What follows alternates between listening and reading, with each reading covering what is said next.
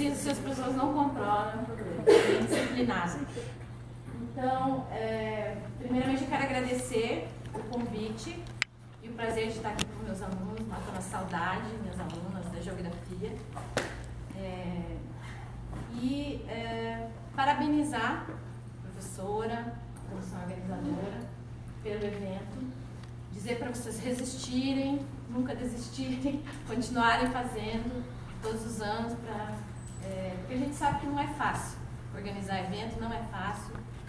Às vezes a gente tem alguns percalços, mas que a gente tem que ir driblando e nunca desistir, né? Porque na verdade o que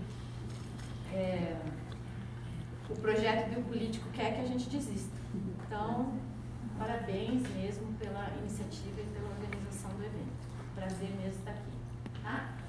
Eu intitulei minha fala Geografia e Gênero e Diálogos Impertinentes, porque eu vou trazer alguns temas que comumente provocam muita polêmica.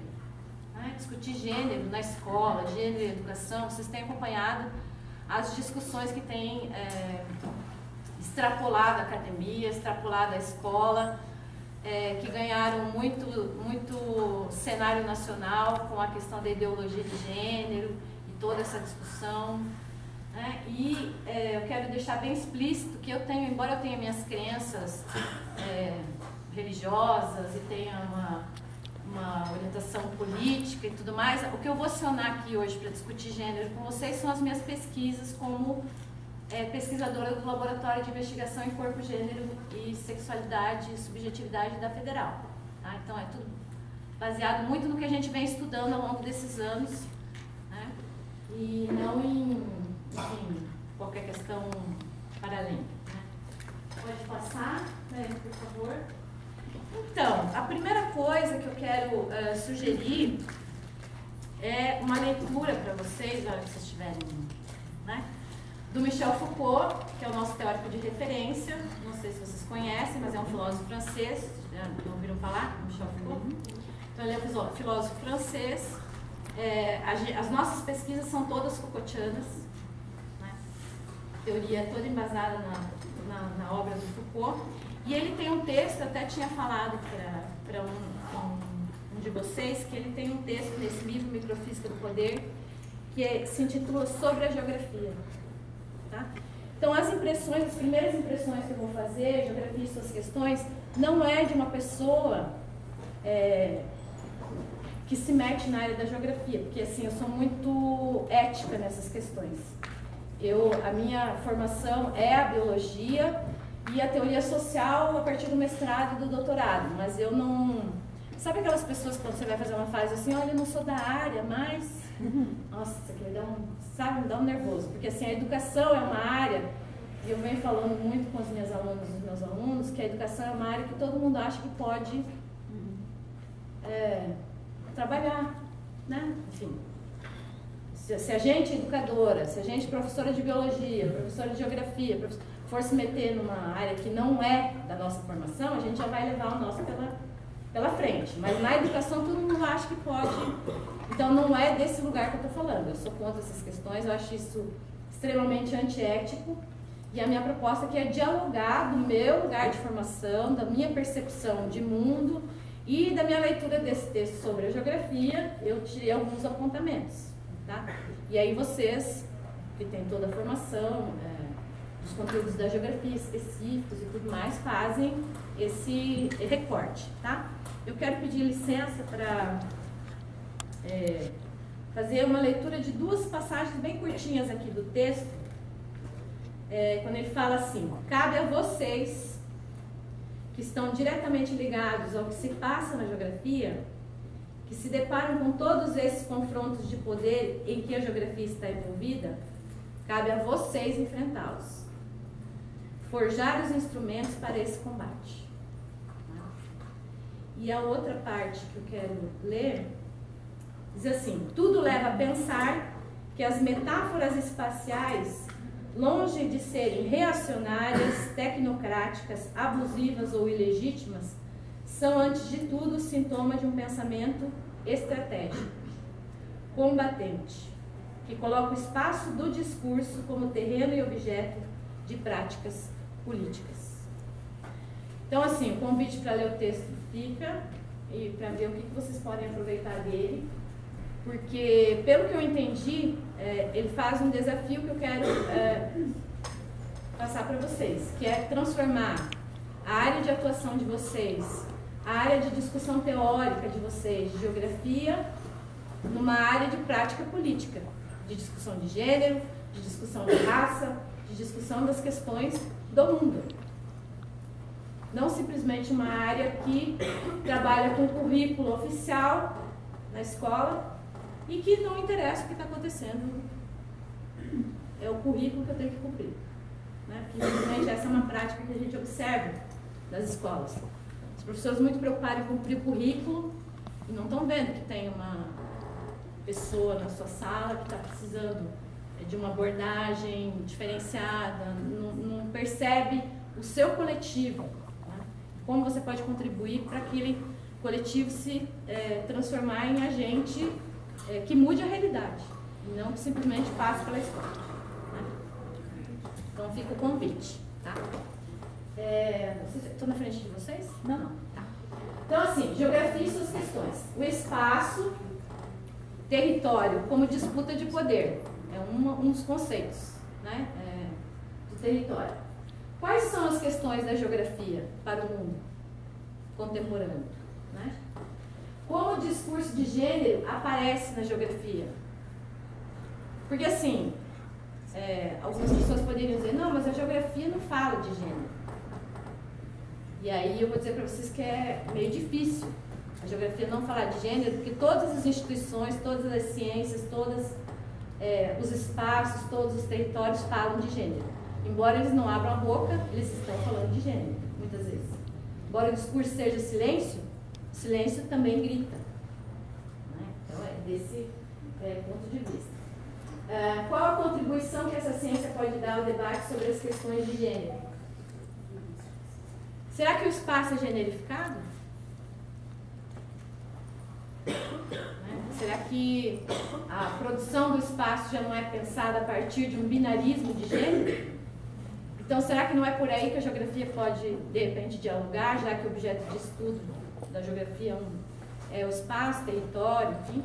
Talvez seja por aí que dê para fazer um diálogo, né? Pode passar? O que vocês entendem por gênero? Eu trouxe aqui essa imagem, que está mais lá em cima, no fundo branco, tá? Talvez para perceber um pouco melhor. Essa é uma imagem que a gente criou. Eu fui coordenadora há muito tempo da Secretaria de Estado da Educação, trabalhei com a implementação da política de gênero e diversidade sexual no Estado, que foi uma política referência nacional. Trabalhei com formação de professoras, trabalhei com produção de material, até depois tem que fazer material para dar para vocês, para deixar disponível. Com textos, artigos de pesquisadoras renomadas internacionalmente, referências mesmo. E a gente criou esse símbolo para discutir um pouco o que a gente entende por gênero e por sexualidade na sociedade contemporânea. Né? Se eu pergunto para vocês, o que vocês entendem por gênero? O que vem à cabeça? Podem falar. Brevemente. O que vem na cabeça de vocês quando eu falo gênero? Concepção binária que você falou. Né? Concepção binária. Binária entre homem e mulher, masculino e feminino. Então, a gente criou esse símbolo para ser a nossa identidade visual da coordenação da Secretaria de Educação e da política de gênero do Estado, para dizer o seguinte, entre o masculino e o feminino, aquele ponto de interrogação diz assim, existem muito mais coisas do que você pode imaginar. Entre o que está construído como masculino e como feminino. Tá? Pode passar? O histórico do conceito. Então, um pouquinho do histórico, só para situar a abordagem que a gente faz do conceito de gênero. A década de 1930, o movimento feminista sufragista pelo direito ao voto. Vocês sabem que as mulheres não tiveram direito ao voto ao mesmo tempo que os homens, né, historicamente. O conceito de gênero ele é um conceito acadêmico data de mais ou menos da década de 1970 nos Estados Unidos. E no Brasil, o movimento feminista, década de 80, 90, ele surgiu muito forte nas universidades, mas numa abordagem de história das mulheres. Michelle Perrot, a gente tem inclusive na Federal o NEG, que é o Núcleo de Estudos de Gênero, que tem uma linha muito forte de história das mulheres. Esta é uma abordagem dos estudos de gênero, não é a minha, não é a do meu grupo de pesquisa, mas é uma abordagem importante, que abriu possibilidades da gente estar discutindo gênero nos diversos espaços de poder, de disputa de poder. Um dos principais pontos do conceito acadêmico de gênero é que o sujeito da história que existia, que estava posto, que estava construído como referencial, era quem? O homem universal, que era unitário, racional e masculino. Então, no iluminismo, o homem matou Deus e se colocou no seu lugar, como referencial, para tudo, para a leitura de mundo, de tudo. Então, o conceito de gênero é criado para questionar essa hegemonia do olhar masculino sobre as práticas sociais. E ele evidencia o quê? Que as diferenças entre mulheres e homens, elas não são naturais, elas não se devem à genitália, não se devem à biologia. As diferenças entre mulheres e homens, elas são fabricadas pela cultura, pela história, pela geografia e por aí vamos. O conceito de gênero, ele é um conceito relacional, histórico e cultural. Não existe discussão de feminilidades sem você referenciar a masculinidade. É relacional. Não posso discutir apenas um gênero. Sempre está em relação, do nosso ponto de vista teórico. Ele é histórico e ele é cultural. Por exemplo, o que eu entendo por gênero aqui no Brasil pode não ser a mesma concepção que tem na Índia. Um exemplo disso as transexuais e os transexuais, que aqui no Brasil a nossa cultura coloca à margem, em muitos lugares da Índia são tidos como sagrados. A família que tem o que seria eles chamam de rígidas, o que seria uma transexualidade, uma experiência transexual mais ou menos equivalente em termos de fabricação de corpo, em termos de essas questões, na Índia é colocado como sagrado. A família que tem é uma família abençoada. Aqui no Brasil não. Aqui no Brasil as meninas, salvo raríssimas exceções, elas saem de casa muito novas. Quando elas se assumem transexuais, começam a hormonização, as famílias já não dão conta. E daí a escola também não dá conta de trabalhar com aquele corpo transformado e com aquele RG de outro gênero, enfim, com aquela genitália que a escola acha que a pessoa tem, e aí começam todas as práticas de exclusão, enfim, de segregação. Então ele é cultural, e a gente tem que sempre localizar de onde que a gente está falando de gênero. Tá? Pode passar? Eu quero sugerir também para vocês um filme que na verdade, a Daiane leu ali, eu sou professora de biologia, mas eu sou uma professora de biologia meio diferente das minhas colegas da biologia. Assim, eu dei uma aula de biologia levando os meus alunos do colégio, eu dou aula no CBEJA, então é jovens e adultos, que é numa rua que se tornou uma rua de tráfico de Curitiba, que é na São Francisco, não sei se vocês conhecem, dou aula ali naquela escola. E eu levei os meus alunos para a Universidade Federal num CinePet de Ciências Sociais, que foi uma aula de biologia. E a gente assistiu esse filme que chama As Sufragistas, não sei, alguém aqui já assistiu? As Sufragistas, que eu achei que foi um filme muito bom para trabalhar as questões dos direitos das mulheres. Porque assim, a questão dos direitos é tão naturalizada que assim, desde sempre parece que esteve aí, Parece que a gente desde sempre votou, as mulheres, desde sempre estudaram, as mulheres desde sempre tiveram direito sobre os seus filhos, as mulheres desde sempre muitos direitos. Não é bem assim, a história é outra. E aí, no senso comum, quando você trabalha com a educação básica, a pessoa não vem vazia para a tua aula, ela vem e traz a trajetória dela. E aí, essas trajetórias que vêm naturalizam essa questão dos direitos. E isso precisa ser problematizado de alguma forma. Né? Então, o lançamento foi em 2015 e a sinopse do filme: no início do século XX, após décadas de manifestações pacíficas, as mulheres ainda não possuem o direito de voto no Reino Unido. Um grupo militante decide coordenar atos de subordinação, quebrando vidraças, explodindo caixas de correio para chamar a atenção dos políticos locais à causa. Maud Watts, sem formação política, descobre o movimento e passa a cooperar com as novas feministas. Ela enfrenta a grande pressão da polícia e dos familiares para voltar ao lar e se sujeitar à opressão masculina, mas decide que o combate pela igualdade de direitos merece alguns sacrifícios. Né? Então, a experiência que eu tive com esse filme foi muito interessante, mesmo sendo aula de biologia. Então, pode ser um instrumento para, de repente, pensar numa abordagem de gênero e geografia. Por que não? Né? Pode passar? Eu acho que a foto da capa do filme, pode passar. Bom, como é que eu entendo relações de gênero? Da minha filiação epistemológica, da minha teoria do conhecimento, né, do meu teórico de referência, que é o Michel Foucault, eu entendo relações de gênero como relações de poder. Para mim, é essa a definição de relações de gênero. Né? Michel Foucault nasceu em 1926 e faleceu em 1984, na França. Ele foi filósofo e professor da Cátedra de História do Sistema de Pensamento do Colégio de França, desde 70 até 84. Ele faleceu de complicações da AIDS. Né? Ele era gay. E dentre as obras dele, a que a gente mais usa é a História da Sexualidade, que ele não conseguiu completar porque ele faleceu. Né? Que, inclusive, a Maria Rita, que é minha orientadora e coordenadora do nosso grupo de pesquisa, professora da educação lá da Federal, ela costuma contar a história pra gente da biografia do Foucault.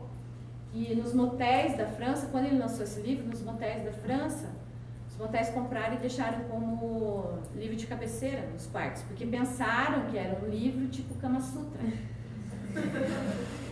E está na biografia do Foucault, de Eribon, que conta. E, na verdade, esse livro, História da Sexualidade, é um livro sobre política.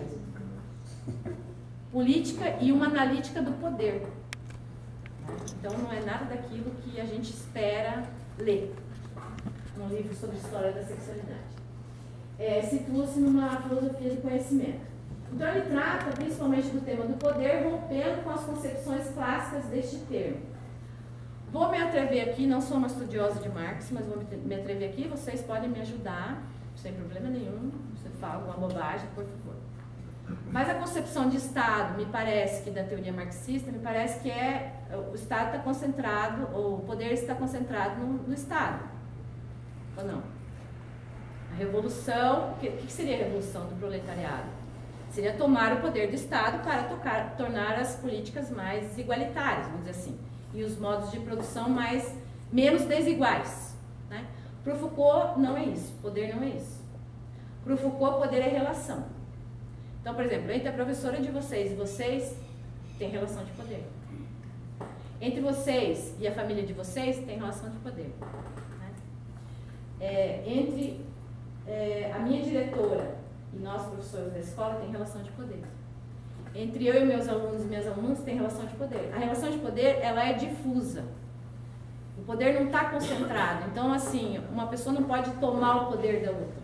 O que você faz é uma espécie de estratégia e de movimento. Você não é todo o tempo dominada e nem todo o tempo dominante.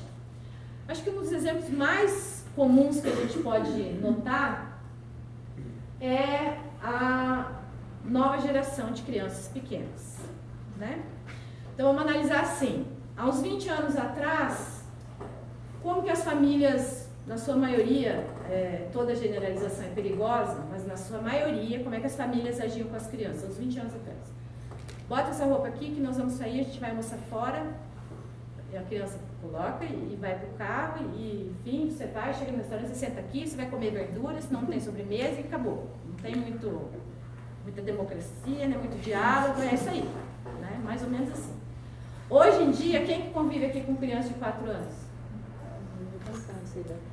Né? Então, hoje em dia, existe todo um trabalho, né? E as famílias, geralmente, quem é que deveria deter o poder? Você tem um casal, vamos pegar a família Doriana, um casal, um homem, uma mulher e uma criança de 4 anos. Você tem a tarefa árdua de sair para almoçar e levar a criança.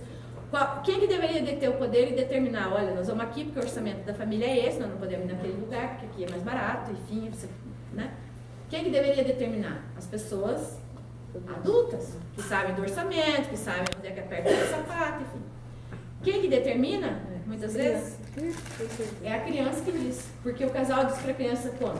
Onde você quer almoçar? Aí chega no restaurante, diz assim, onde você quer sentar? E daí diz assim, o que você quer comer? É assim que nós estamos lidando com as relações de poder hoje. Veja bem, eu não estou falando que é ruim, e nem que é bom, e nem que está certo, e nem que está errado. A partir do momento que eu assumo uma perspectiva Foucaultiana, eu não estou aqui para fazer julgamento de valor. Eu só estou dizendo que a coisa está diferente. A relação de poder mudou. Né?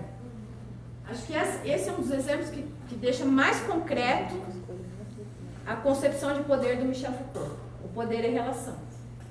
Ele é difuso, ele não está concentrado. Não é porque você é adulto, porque você é mais velho, que você vai deter o poder o tempo todo. Né? Ele está o tempo todo em negociação. O tempo todo com investidas e resistências. Investidas e resistências. Então, ele coloca assim, que o poder não é considerado como algo que o indivíduo segue um soberano, concepção contratual jurídico-política, mas sim como uma relação de forças. Isso é o poder, para Michel Foucault. Né? Pode passar? Essa foi uma das grandes contribuições do Careca, que esse é o Michel Foucault, que ele deu para a educação. Porque ele não foi um pensador da educação, Michel Foucault não é um pensador da educação. Mas as questões que ele traz, por exemplo, na obra Vigiar e Polir, que acabou de fazer 40 anos, sobre a escola, nenhum pensador da educação pensou. E contribui muito para a gente pensar a nossa estrutura educacional. Né? Ao ser relação, então, o poder está em todas as partes. Uma pessoa, ela é atravessada por relação de poder. Não tem como estar fora do poder. Você está o tempo todo sendo investido por relações de poder. E essa pessoa ela não existe apesar das relações de poder. Não existe um exterior a essas relações de poder. Né? Para o Foucault, o poder...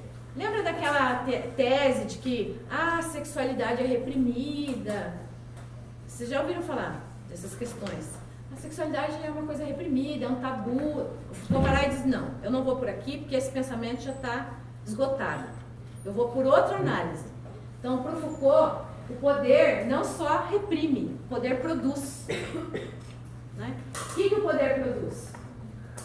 Efeitos de verdade e saber, constituindo verdades, práticas e subjetividades. Se vocês pegarem a questão do sujeito homossexual, por exemplo, o sujeito homossexual ele foi descrito na teoria médica, muito antes do termo heterossexual ser inventado.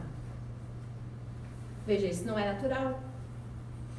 Você constitui um saber, você vai lá e avalia uma subjetividade. E constitui esse saber. Você está fazendo um investimento de poder nisso. Porque não tem nada neutro nessa vida, você sabe, né? Todo saber que é inventado, ele tem alguma intencionalidade. Nada é neutro. Então, você investe o poder, produz um saber, que está carregado de relações de poder e de disputa. Esse saber relacionado com o poder vai produzir o quê? Uma verdade. Ah, então isso que é homossexual? Ah, então fulano é homossexual, o outro também, o outro também, o outro também. E aí foi escrutinado. O homossexual, o Foucault relata isso, ele pesquisou em registros históricos, que o homossexual ele surgiu na história como uma espécie. Ele foi catalogado pela medicina, pela psicologia. Isso não é natural. Né? E, a partir dessa catalogação, surgiram os sujeitos. Surgiu o sujeito homossexual de carne e osso. A a partir do que foi produzido na relação poder-saber, que institui uma verdade que produziu um sujeito. Quer ver outro exemplo? Criança pequena, desde sempre existiu na educação? Não. As crianças pequenas antes eram o quê? Adultos em miniatura. Lembra lá da história social da infância, Felipe Poirier e tudo mais. Então, a partir de um momento histórico, foi criado um saber sobre a criança pequena, que instituiu uma concepção de infância. Para essa concepção de infância que foi criada e que estava carregada de relação de poder, surgiu um sujeito na história, que é a criança pequena. Precisa do quê? De orientação, precisa de cuidado, precisa ter uma política específica educacional, porque como é que as crianças têm que dar condições da criança. A criança é um ser em formação, é todo um... Isso surgiu em algum momento da história, isso não é natural. As crianças, antigamente, participavam das atividades adultas com aval da sociedade. Então, o que hoje nos deixa chocados, por exemplo, com a pedofilia, que é crime, né? Em algum momento histórico não era. As crianças participavam das relações sexuais com os adultos e era tudo ok. Assim fica bem. Então, poder saber institui uma verdade, cria um sujeito. Essa é a concepção do Foucault de relações de poder. Pode passar? E as relações de gênero? As relações de gênero, discussão sobre relação de gênero, questiona o quê? A naturalidade das normas produzidas a partir das diferenças sexuais, que delimitam destinos para os corpos e os sujeitos. Tá? Então, a gente instituiu normas de gênero e sexualidade na nossa sociedade que não estão escritas, mas todo mundo conhece e todo mundo procura seguir. Porque se você, por exemplo, está esperando, eu coloquei ali como exemplo o rosa e o azul. Se você, por exemplo, está esperando uma criança e sabe que é do sexo feminino e comprar um enxoval diferente de cor-de-rosa, vai ter aquela sua tia mais velha que vai te olhar torto e vai dizer que isso, tá surtada? Não sabe que menina tem que usar rosa? Tá louca? Vai querer que a menina seja o quê? Ou tá perdendo a criança já antes de nascer e toda aquela coisa que vocês já devem ter ouvido muito por aí. É só você fazer algumas experiências, algumas práticas, a gente faz algumas práticas e algumas experiências. Se você for no aniversário de uma menina de 3 anos e levar um brinquedo que não é tido culturalmente como brinquedo de menina, a menina vai adorar, porque ela vai estar experimentando. Mas a família da menina talvez te olhe meio torto, entendeu? Porque não é uma prática cultural muito bem entendida entre nós, né? E essa coisa da sexualidade, inclusive, ela está tão focada que hoje, além de ter o chá de bebê, a gente tem o chá de revelação do sexo. E aí a festa é dividida, tem no Facebook por aí, vocês deem uma... ela é dividida, eu entro no Facebook só pra ver se...